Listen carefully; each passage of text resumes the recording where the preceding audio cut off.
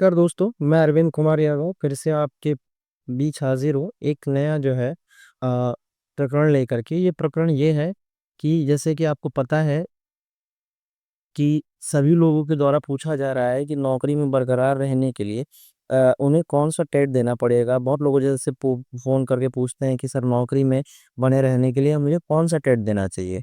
तो उसको आपको समझने के लिए आपको पहले दो चीज़ें समझनी पड़ेंगी कि नौकरी में जैसे आपने देखिए नौकरी में, ठीक है, नौकरी में बने रहने के लिए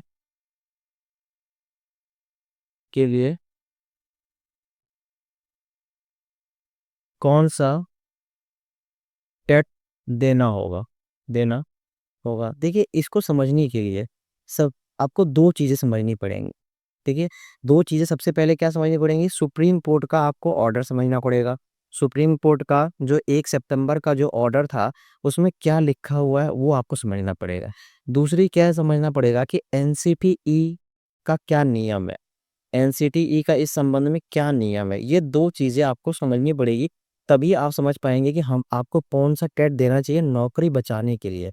ठीक है, मैं याद रखिए एक शब्द कह रहा हूँ नौकरी बचाने के लिए, ये नहीं कह रहा हूँ कि आप किस वर्ग में कौन सा टेट देंगे। नौकरी बचाने के लिए आपके लिए कौन सी टेट जो है देना होगा, तो हम इसको समझते हैं।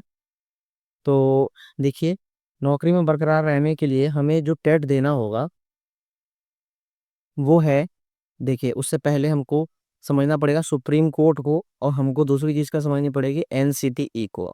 देखिए आपको पता है कि सुप्रीम कोर्ट ने जो 1 सितंबर को आदेश जारी किया था, 1 सितंबर 2025 को जो आदेश जारी किया था, जो उसका जो है सिविल अपील नंबर 1385, ठीक है, ऑब्लिक 2025, इसमें जो आदेश जारी किया था अंजुम इस्ताते तालीम ट्रस्ट के द्वारा, तो इसमें जो है जो 218वां पॉइंट था, जो 218वां पॉइंट था उसमें क्या लिखा हुआ था कि जो है जो टेट की अनिवार्यता है, ठीक है, टेट जो है अनिवार्य है।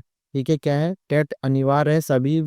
सभी जितने लोग जो है बेसिक में कार्यरत हैं 1 से 8 तक के लिए, उनको सभी के लिए क्या चाहिए, टेट अनिवार्य है।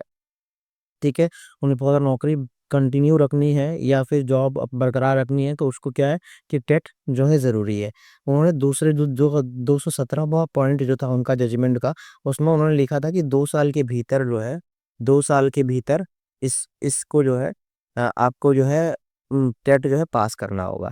एनसीटीई क्या कहता है, एनसीटीई क्या कहता है कि RTE 2009, RT RT right to education है 2009 के अनुसार, जो 10 अगस्त 2017 को जो संशोधन हुआ है, जो संशोधन या अमेंडमेंट हुआ है, ठीक है, जो अमेंडमेंट हुआ है, ठीक है, जो अमेंडमेंट हुआ है आरटी एक्ट, ठीक है, आरटी सेक्शन 23(2) में, उसके अनुसार क्या है कि 4 वर्ष के अंदर आपको क्या करना होगा, 4 वर्ष के अंदर आपको क्या है कि टेट की जो अनिवार्यता है उसको आपको पार करना होगा।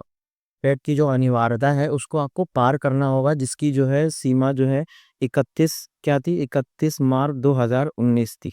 क्या थी, 31 मार्च 2019 थी। देखिए दोनों की बातों से, देखिए सुप्रीम कोर्ट और ठीक है एनसीटी की बातों से एक चीज कंफर्म क्या है कि आपको सिर्फ टेट चाहिए। आपको क्या चाहिए, सिर्फ आपको क्या चाहिए, दोनों में सिर्फ और सिर्फ टेट चाहिए।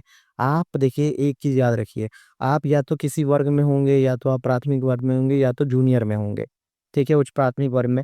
आपको देखिए अगर आप जो है सबसे सबसे जो आसान टेट होता है वो प्राइमरी का टेट होता है। कौन सा टेट होता है, प्राइमरी का टेट होता है।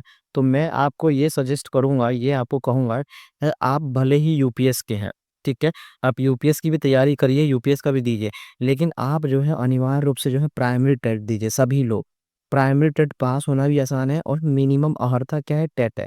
आप टेट कोई भी पास हो जाएगी, चाहे 1 से 8 में कोई भी पास हो जाए, प्राइमरी पास हो जाए, चाहे फिर कुछ प्राथमिक पास हो जाए, अगर प्राइमरी भी पास हो जाते हैं तो आपके पास जो मिनिमम एलिजिबिलिटी है, जो न्यूनतम है, ठीक है, जो न्यूनतम आपकी अर्हता है, जो मिनिमम आपकी एलिजिबिलिटी है वो तो पूरी हो जाएगी ना। हद से हद कोई क्या कर सकता है, ये आपको नहीं कोई कर सकता कि आप टेट, ठीक है, आप टेट उत्तीर्ण नहीं है। यही कहेगा कि जो है आप जो है टेट जो है प्राइमरी के हैं। तो उससे क्या होगा कि अधिक से अधिक कोई क्या कर सकता है कि आपको डिमोट कर सकता है, डिमोशन कर सकता है कि हाँ ठीक है, आप भले 1 से 8 के 6 से 8 के अध्यापक है, आपको 1 से 5 में क्या कर दिया जाएगा, डिमोट कर दिया जाएगा, लेकिन नौकरी तो बरकरार रहेगी। तो इसका निष्कर्ष ये निकलता है कि सबसे जरूरी क्या है, टेट अनिवार्यता है। आप टेट चाहे तो प्राइमरी का पास हो जाए, टेट क्यों कुछ प्राथमिक का पास हो जाए, नौकरी बचाने के लिए मैं ये कह रहा हूँ।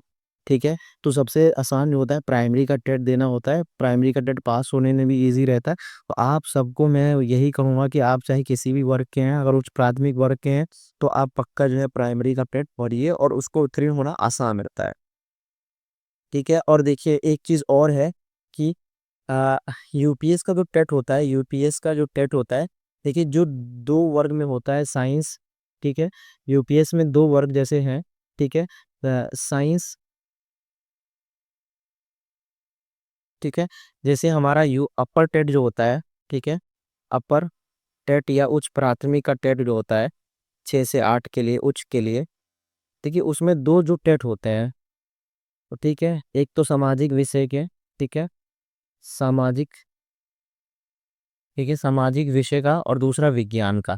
तो देखिए इसमें क्या है ना कि सामाजिक विज्ञान थोड़ा पास होना थोड़ा ठीक ठाक है, आप पास हो भी जाएंगे, लेकिन विज्ञान का जो है अपर टेट निकालना थोड़ा सा बहुत ही कठिन काम है। तो मैं आपको कहूंगा कि आपका भले ही वर्ग आपका कुछ भी हो, ठीक है, आपका वर्ग कुछ भी हो, लेकिन आप क्या करिए कि आप जो है प्राइमरी का जो टेट है, ठीक है, प्राइमरी का जो टेट है, ठीक है, उसको अनिवार्य रूप से भरिए, ताकि नौकरी बचाने के लिए सिर्फ टेट चाहिए, तो आप टेट पास हो जाइए। ज़्यादा ज़्यादा क्या करेंगे, ये ठीक है, अगर टेट डिमोट कर सकते हैं और क्या कर सकते हैं, लेकिन नौकरी से नहीं निकाल सकते हैं। तो यही है आप लोग के लिए मैसेज कि आप लोग सभी लोग जो है टेट जो है प्राइमरी का टेट भरिए। तब तक के लिए आपको सबको धन्यवाद। अगर कोई चीज़ अगर आएगी या कोई अपडेट दिया जाएगा तब तक आपको दिया जाएगा। तब तक के लिए धन्यवाद।